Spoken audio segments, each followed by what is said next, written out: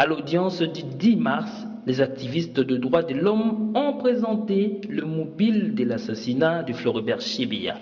L'un des membres de l'organisation non gouvernementale des droits de l'homme, les Amis de Nelson Mandela et de Synergie Congo, ont évoqué les raisons du meurtre et pointent l'État congolais puisque les agents de l'ANR et de la police sont impliqués dans cette sale besogne. Pour Robert Ilunga de Synergie Group, cette élimination physique est ni plus ni moins que la poursuite de la vérité par Floribert Chebeya sur le massacre de Boudou Dia-Congo dont plusieurs autorités politiques sont mises en cause, ainsi que militaires et de la police nationale congolaise.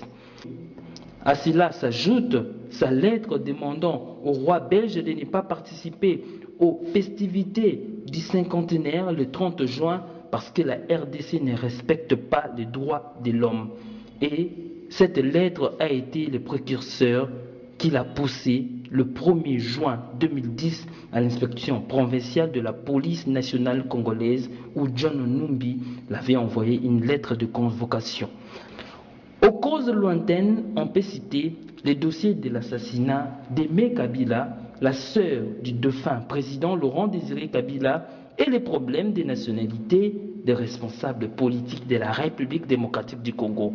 Christophe Ngoï est revenu sur les menaces de mort proférées par le prévenu Moukalai à Kinmazière à un groupe d'activistes de droits de l'homme dont faisait partie lui et Floribert Chebeya. Le mobile de crime est établi, mais le colonel Moukalai nie en bloc malgré les preuves. Accusé de détournement et de détention de munitions de guerre, le prévenu, le colonel Daniel Moukalai, a été entendu au cours de cette audience. Plusieurs armes lourdes ont été trouvées dans sa Jeep à son domicile lors de la perquisition.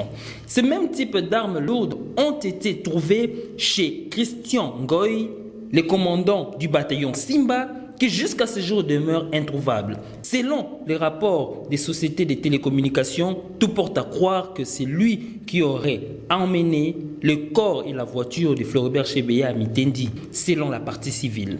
Le général Gilbert Kabulo, de la direction logistique de la police nationale congolaise, affirme n'avoir jamais doté ni le colonel Moukalai, ni le bataillon Simba de ces armes. Les parties civiles se sentent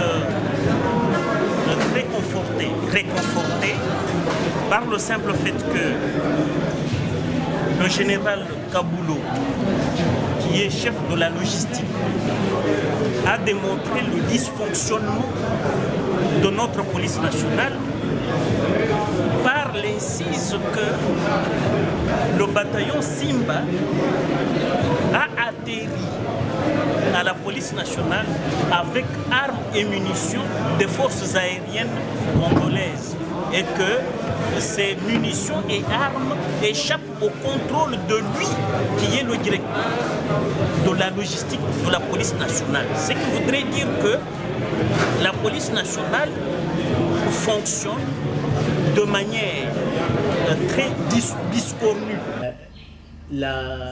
Le procès a le mérite aussi de découvrir comment la police fonctionne. Nous avons été tous écœurés de constater que les principes sont bons, aucun policier ne peut détenir des armes chez lui, mais la réalité nous a montré qu'il y avait des policiers avec des armes de guerre, mais qui les gardaient chez eux. Le major Christian Ngoï, avec des armes équivalentes de celles d'un bataillon. Donc, le procès a ce mérite de découvrir que nous voilà comment on gère le pays.